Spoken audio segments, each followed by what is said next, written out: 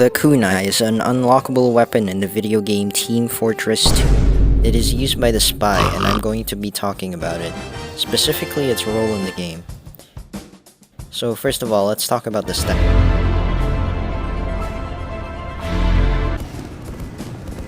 Basically, you start off with a low health of 70, but upon a backstab, you get an overheal of up to 210. The overheal degrades over time, and yeah, I guess that's... Section 1. In pornography. In addition to its occasional role in being... So what does this mean? What do the numbers say? Well, in-game, this means that the spy is pushed to the extreme with this weapon. If you're doing bad, then the spy's low health is gonna get you killed a lot. But if you're doing good and stabbing lots of people, the kunai gives you the health needed to extend fights and go for more stabs. In other words,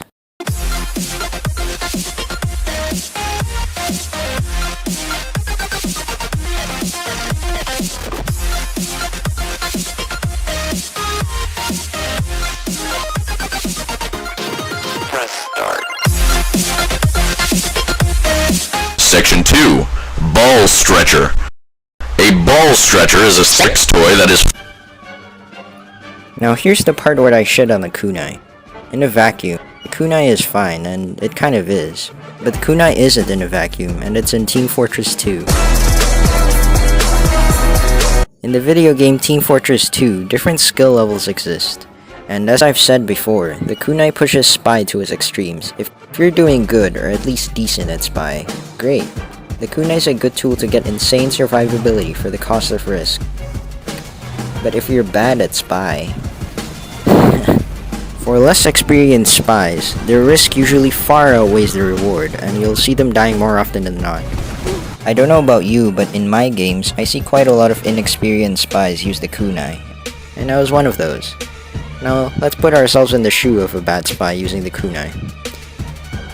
You walk out of spawn, cloak, and die to a stray rocket or sticky or pretty much anything since you die so easily in one shot.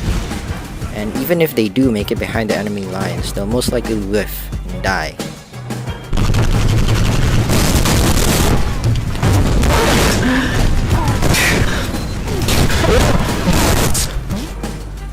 I know semi-experienced players will learn to take smarter paths and flank routes more carefully, but new players, they'll die before learning anything.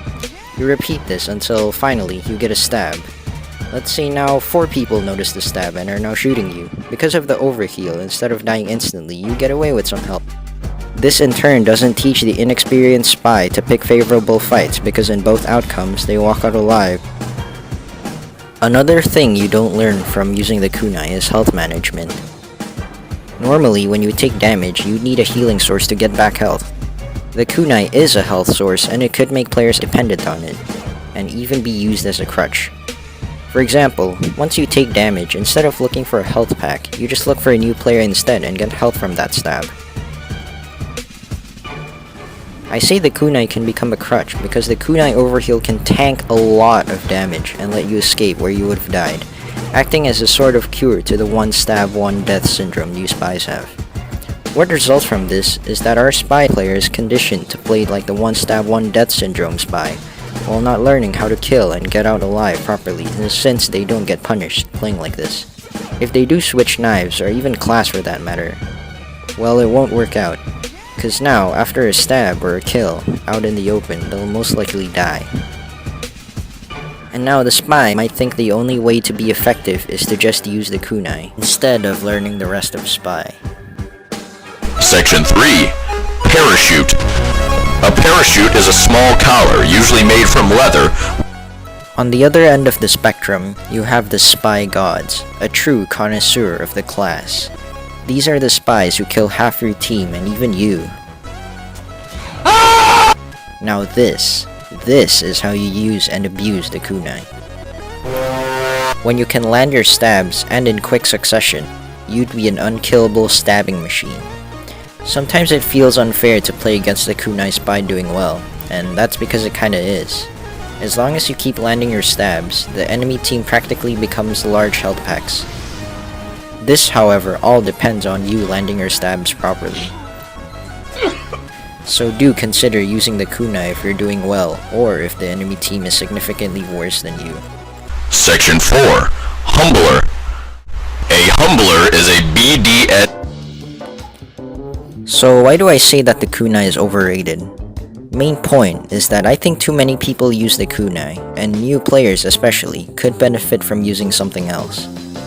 My guess is that they watch YouTube videos and frag movies, and chances are they're using the kunai. People see this and think that it's the best knife or something. Many spies exclusively use the kunai even though its role shouldn't be that for most. The kunai is one of Spy's 15 unlockable weapons, and a lot of people treat it like stock.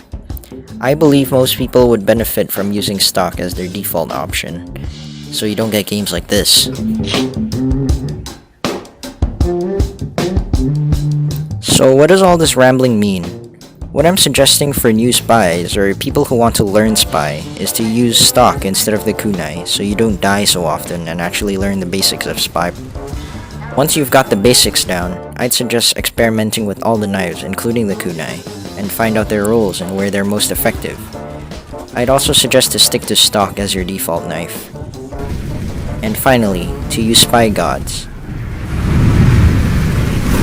Please! TLDR, use stock.